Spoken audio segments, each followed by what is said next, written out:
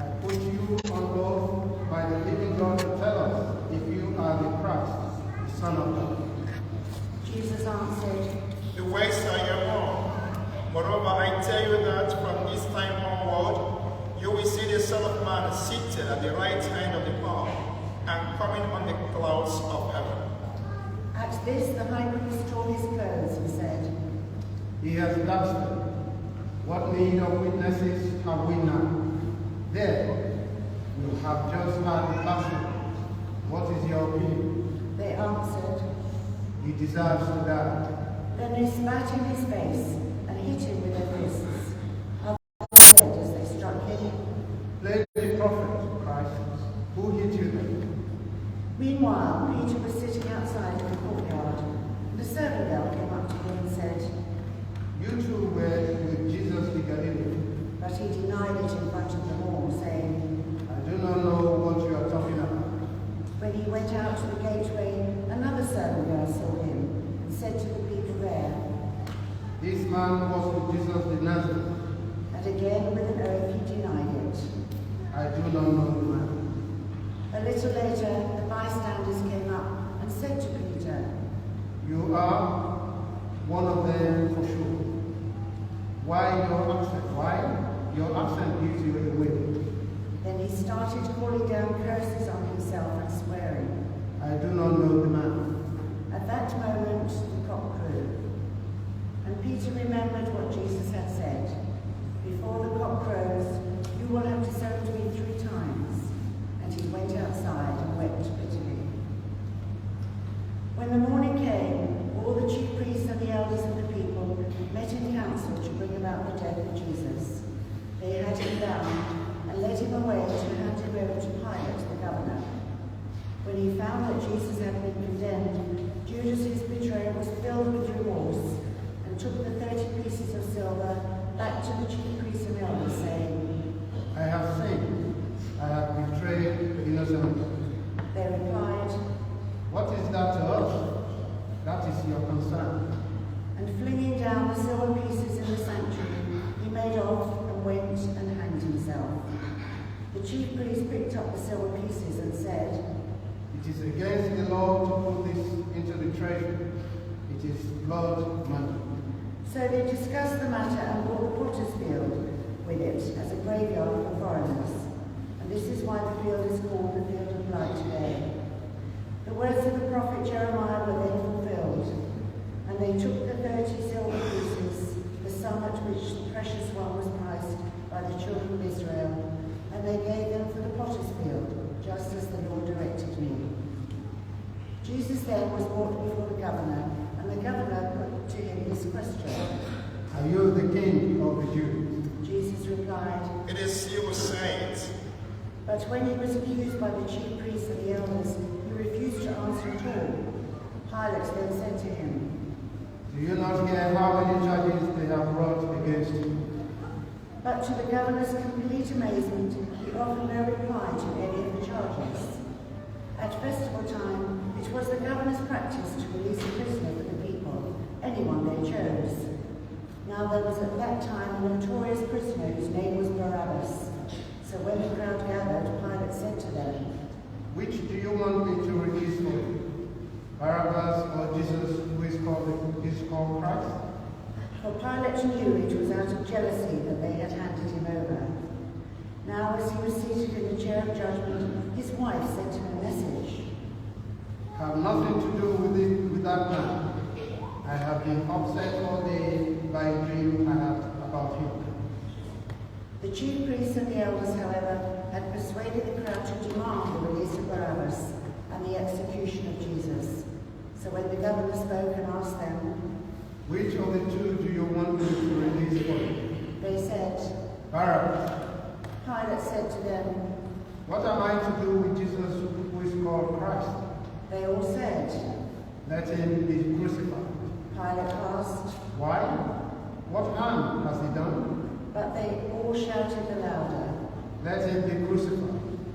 When Pilate saw that he was making no impression, that in fact a riot was imminent, so he took some water, washed his hands in front of the crowd and said, I am innocent of this man's blood. is your concern. And the people to a man shouted back, His blood be on us and on our cheek. Then he released Barabbas for them. He ordered Jesus to be first scourged and then handed over to be crucified. The governor's soldiers took Jesus with them into the praetorium and collected the whole cohort round him. They then stripped him and made him wear a scarlet cloak, and having twisted some thorns into a crown, they put this on his head and placed a reed in his right hand. To make fun of him, they knelt to him, saying, Hail, King of the Jews! And they spat on him, and took the reed and struck him on the head with it. And when they had finished making fun of him, they took off the cloak and dressed him in his own clothes and led him away to crucify him. On their way out, they came across a man from Cyrene, Simon by name, and listed him to carry his cross. When they had reached a place called Golgotha, that is the place of the skull, they gave him wine to drink. When they had finished crucifying him, they shared out his clothing by casting lots, and then they sat down and stayed there to keep guard over him. Above his head was placed the charge against him. It read, This is Jesus, King of the Jews. At the same time, 2 robbers were crucified with him, one on the right and one on the left. The passers-by jeered at him. They shook their heads and said, So you would destroy the temple and rebuild it in 3 days. Then save yourself. If you are God's son, come down from the cross. The chief priests with the scribes and elders mocked him in the same way, saying, He saved others. He cannot save himself. He is the King of Israel. Let him come down from the cross now, and we will believe him. He put his trust in God. Now let God rescue him if he wants him. For he did say, I am the Son of God. Even the robbers who were crucified with him taunted him in the same way. From the 6th hour there was darkness all over the land, until the 9th hour. And about the 9th hour Jesus cried out in a loud voice, Eli, Eli, lama sabachthani. that is, My God, why have you deserted me? when some of those who stood there heard this, they said, The man is calling on Elijah. and one of them quickly ran to get a sponge, which he dipped in vinegar, and putting it on a reed, gave it to him to drink. The rest of them said, Wait, see if Elijah will come to save him. But Jesus, again crying out in a loud voice, yielded up his spirit. May we kneel and observe 3 seconds silence.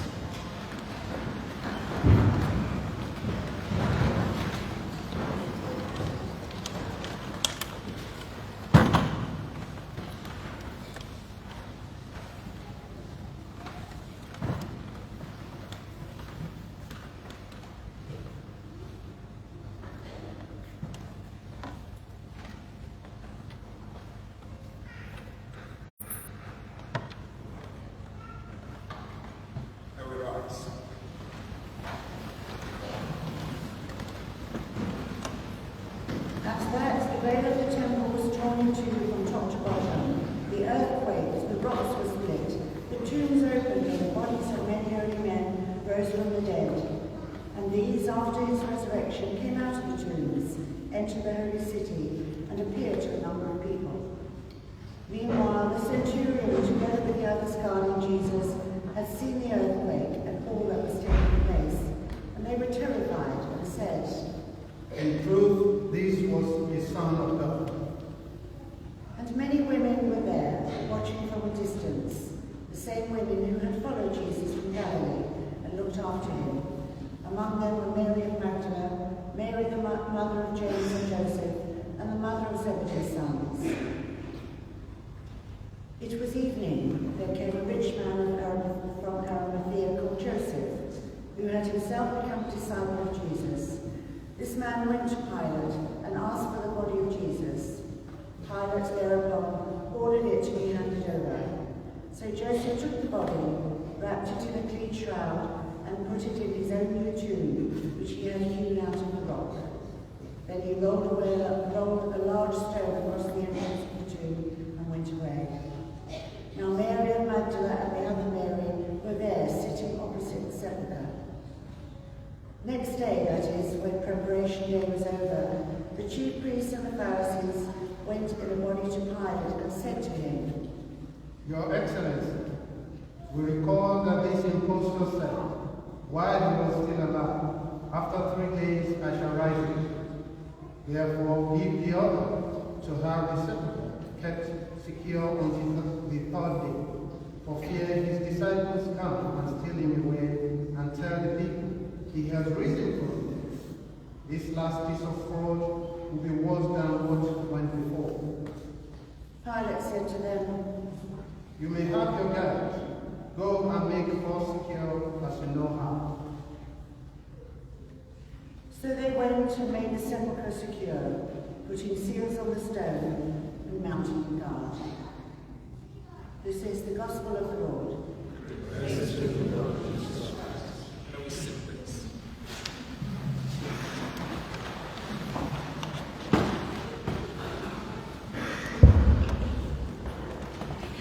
The chief priests and the whole Sanhedrin were looking for evidence against Jesus, however false, on which they might pass the death sentence, but they could not find any, though several eyewitnesses came forward.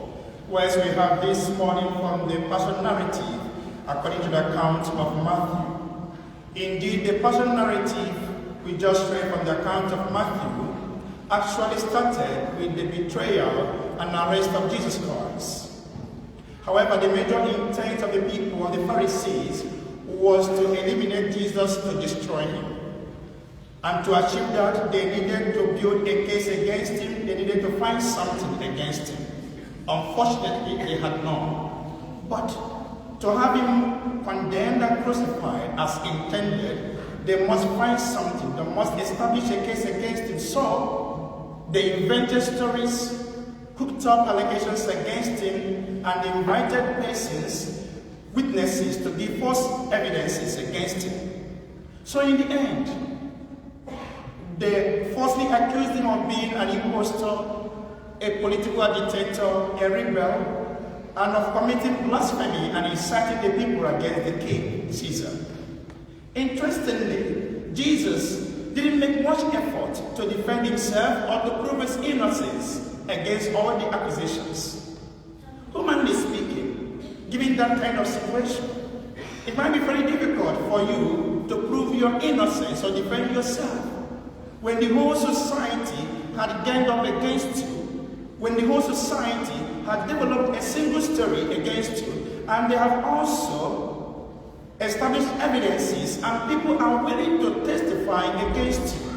And your friends, in this case, his disciples, were not there to speak for him. Some ran away out of fear, some were following from a distance, but the fact that he had nobody to speak for him, nobody to testify for him. You know, sometimes false accusations can be so overwhelming. They can be so logically established that looking at it on the first level or to the onlookers, it could seem to be real and true. And in that situation, you may not have enough logic, enough evidence to argue your case or to prove your innocence. Many people have been condemned so, and sadly, in our law courts, most of the times, what wins is not the truth. It is the logic. Your ability to argue your case persuasively, your ability to demonstrate your case in a logical manner, in a systematic manner, your ability to present also your evidences in convincing way for the jury or for the judges, your ability to hire the services of the smartest and the brightest of solicitors who will argue your case for you. Many people have been condemned to death. Many people have been falsely accused and sentenced. Many people have lost their jobs, not because of the accusation leveled against them were true, but because they weren't fortunate enough to get the best brains in the legal system to defend them. They weren't enough to establish enough evidence to prove their innocence. They weren't brave enough also to have a wonderful logic going for them. The question today is, have you ever been accused falsely in your workplace, in your relationship, by the people you trusted? Or have you intentionally accused someone falsely? I remember a priest who was accused of committing abuse. The church immediately dismissed him and kicked him out of the presbytery. He was sentenced. As he was serving his sentence, a private investigator hired by his own family discovered that the accuser was actually not very mentally stable. Then, at her own admission and acknowledgement and confession, the case was retried and the priest was exonerated after 5 years of serving jail. When he was asked to come back by the church to continue his job as a priest, he declined the offer. He refused. According to him, what broke him, what destroyed him, was not necessarily the story, the accusation of his accuser. It was the fact that the church, at that time, nobody believed his own story. Not his bishop, not his fellow priests, not his parishioners who distanced themselves away from him, not the church that has served for over 30 years spotlessly. Nobody believed his own story. They believed the accuser more. Nobody gave him the benefit of the doubt. Nobody supported him. He was alone. So he said to the church, I can't come back because I'm no longer the same person. I've been destroyed. He was eventually found dead in his apartment after a few months because he died of heart attack. Dear friends, people who are accused falsely go through a lot. Anger, withdrawal, isolation, depression, loss of self-confidence, loss of identity, suicidal thoughts. And sometimes the trauma can be lifelong, even after they have been exonerated. Some people live with a stigma all through their lives. Have you ever been accused falsely? Are you still suffering for the consequences of false accusation? Jesus is saying to us today within the context of his own passion, I understand what you are going through. I understand what you have gone through. Because myself, I've been through that. So I can relate, I understand your pains. But you can also learn from my reaction. I didn't fight my accusers. I didn't seek revenge against them. Rather, I committed my life and my ordeal to God. Although the human legal system, the human structure condemned me, God at last gave me victory. Or have you accused someone falsely within the context of today's celebration and Holy Week, and also within the context of the passion of Jesus Christ? I think it's time also we can acknowledge the mistakes we have made to reach out the people we have accused falsely, if we still can. And together, whether we are suffering from false accusations or whether we have accused someone falsely, I think it's time for us to acknowledge the dangers of false accusation. Many lives have been lost. Many lives have been destroyed. Many people have lost their job. Many relationships have been damaged. Many reputations have been damaged beyond repair. Why? Because someone somewhere raised a false alarm, and unfortunately, it was believed.